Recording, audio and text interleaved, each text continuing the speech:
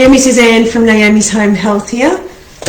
So I want to show you, I think I've showed you before, but I'm going to show you again that how we make our own medicine in our house.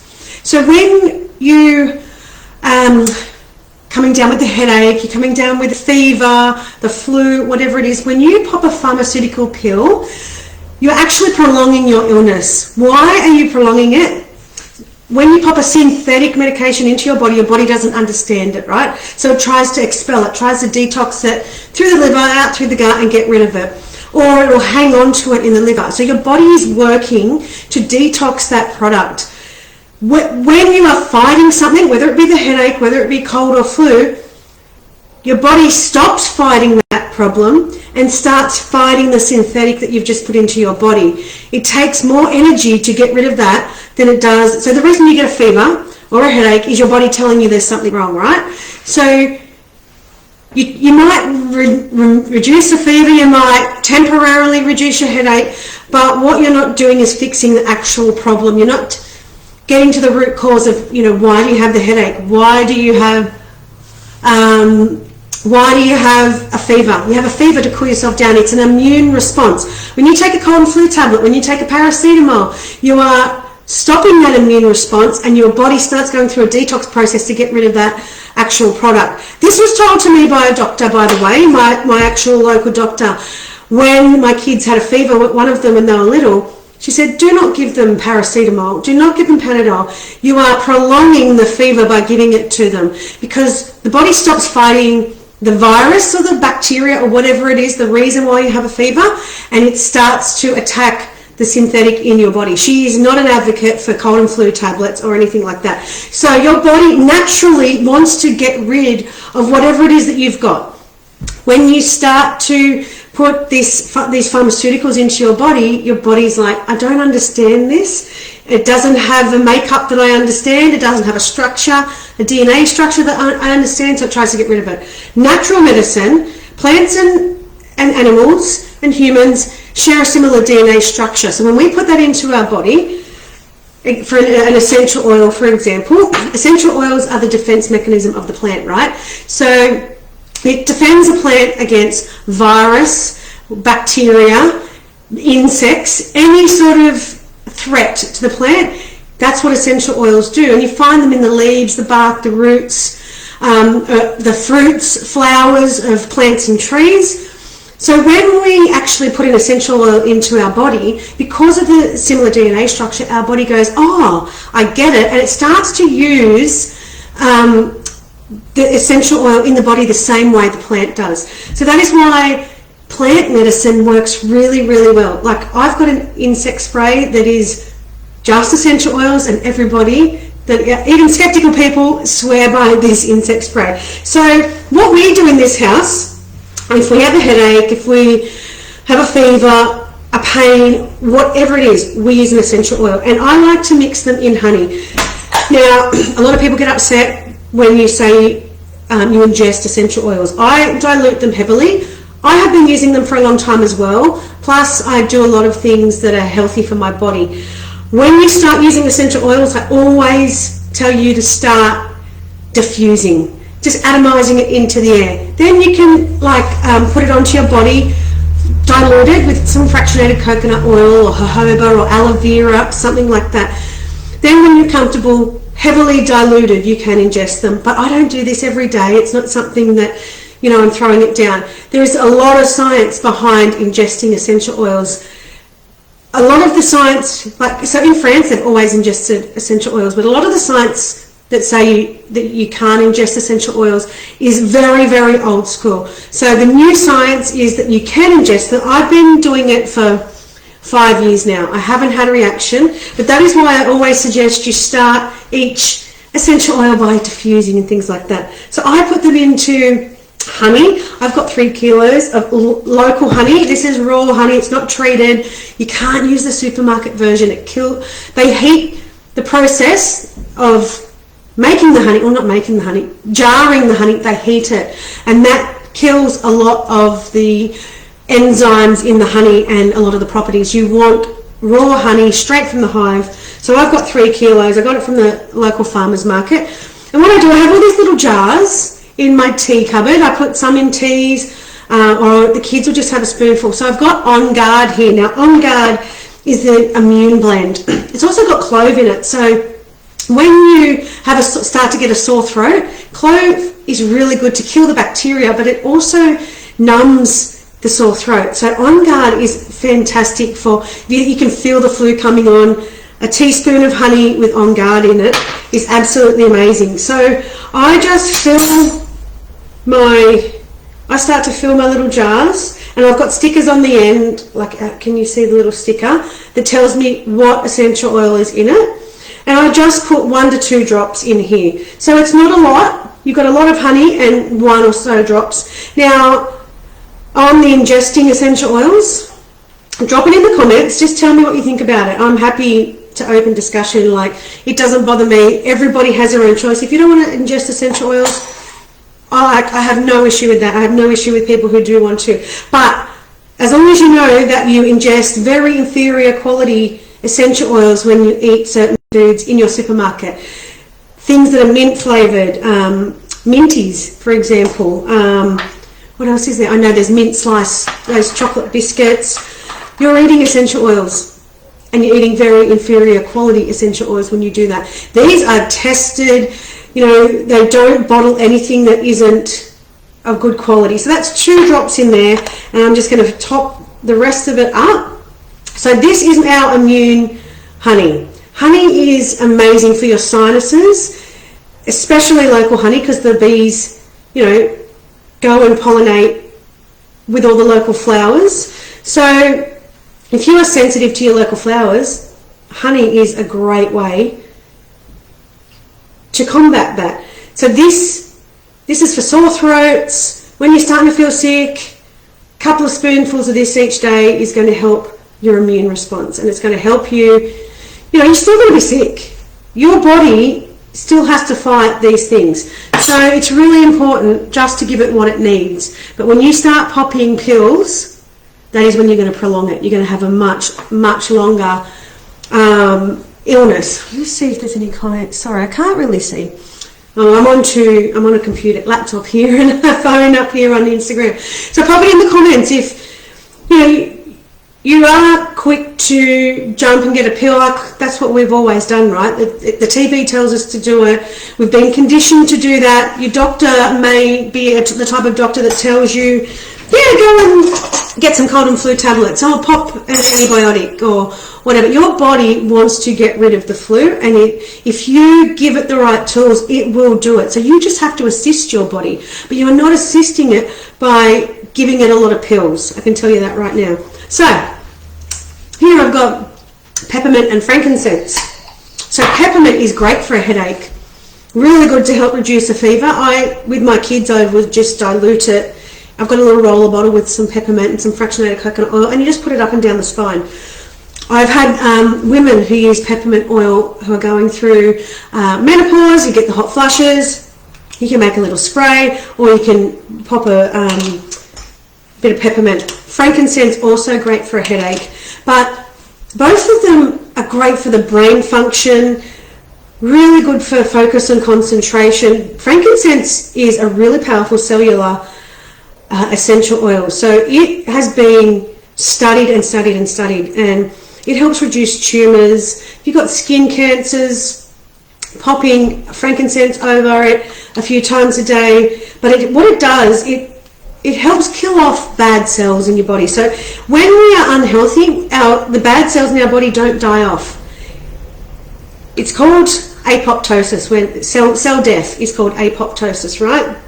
And this is how tumours are created. We're sick, we're not well, we've got heavy metal in our body, we've got a lot of things, we're feeding it the wrong things, and then the cells start to become unwell and they don't divide. You know, cells are supposed to divide and divide and divide. They don't do that. They corrupt the cells next to it, and that's how you get a tumour.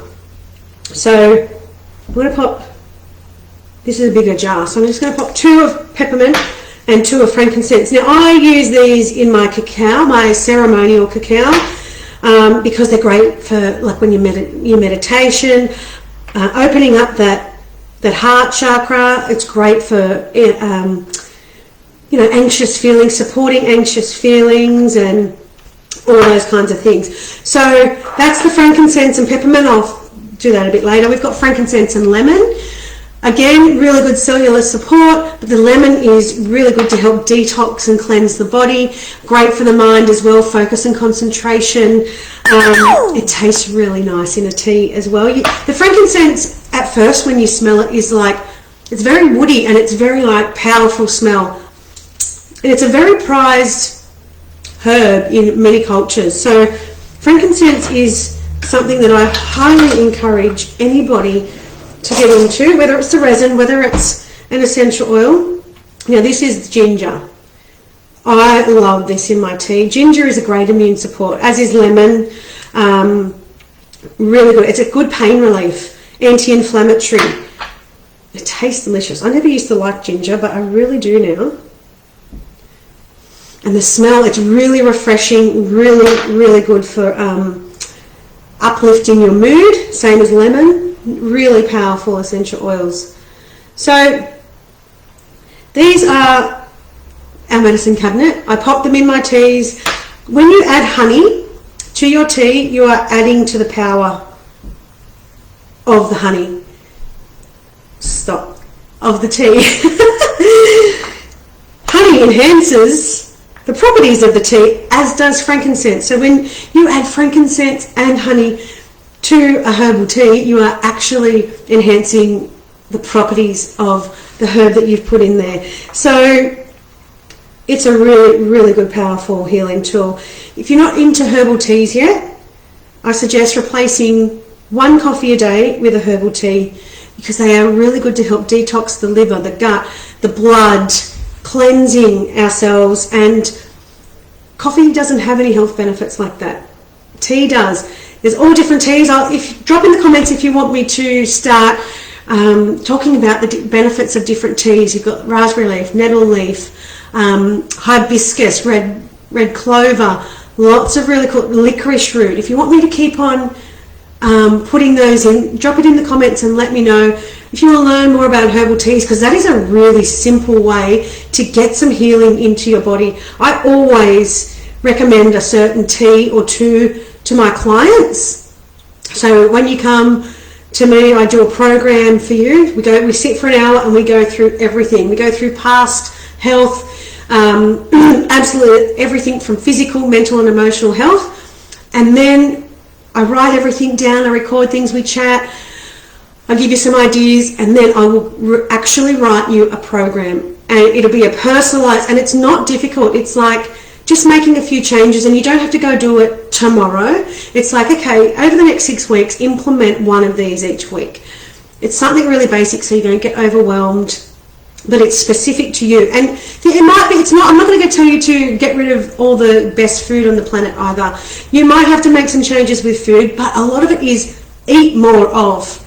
A lot of people aren't eating enough of certain foods. So you will find that I'm going to tell you, if you have a certain digestive issue, I might tell you eat more pineapple, stuff like that. So just depending on what it is that you're suffering with, sleep, whatever, I will say, invest in this tea, eat more of this, drink more of that. That's what it is. It's not about you changing your whole life and then quitting in a couple of weeks. This is creating new habits for a lifetime. When we make changes, they are improvements, not changes. We make improvements to your life that you are going to then be able to do forever.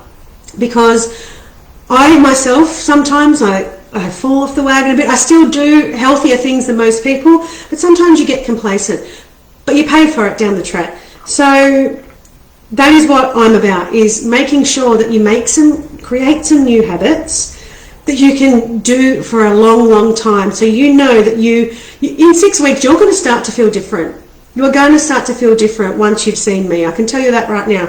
You will have more energy. You will start to sleep better.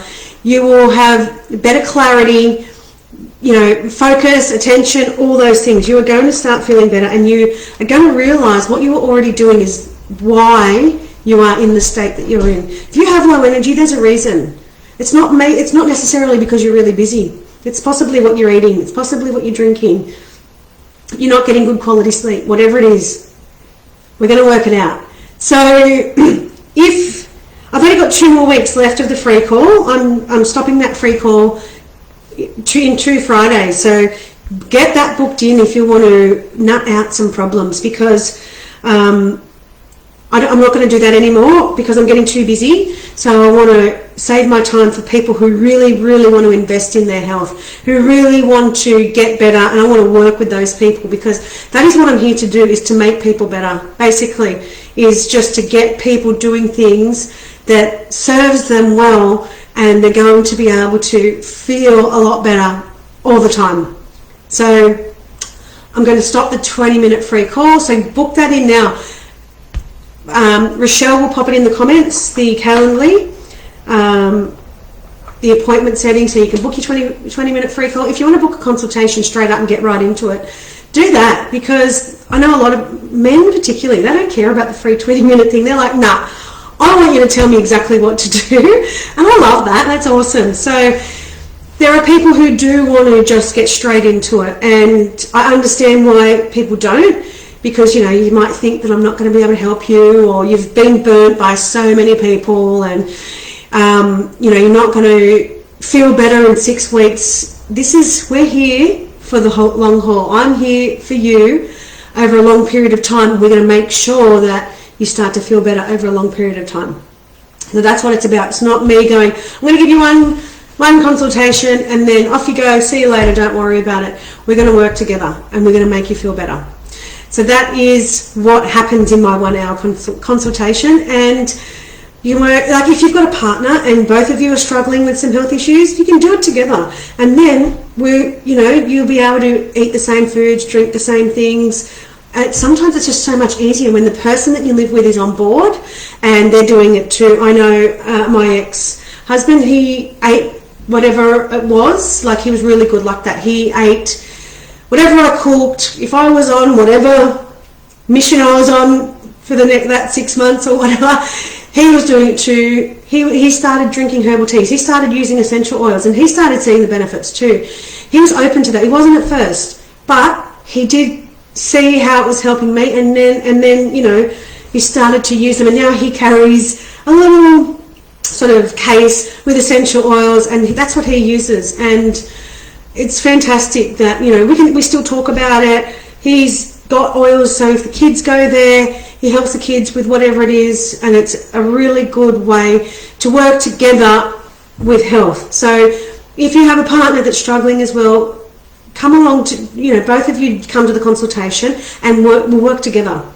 It works much better. Or if it's a parent, Mum and I, Mum does a lot of the things that I do. My dad, he's just been going through cancer treatment and I was like, I gave him a protocol and he followed it because he's seen how sick I was, and I know I didn't have cancer, but I had an autoimmune disease, and it deteriorates your body and you can die from it. It was really bad. So he's seen that and he implemented it. He went back recently, no cancer. Even the doctors couldn't believe how he was handling the actual chemo and radiation that he was having. They kept saying, you're gonna be really sick soon, so don't get complacent, blah blah blah. And he's like, don't worry, my daughter's got me sorted. And they were telling him, don't put all your eggs in one basket, don't think that that's going to help you.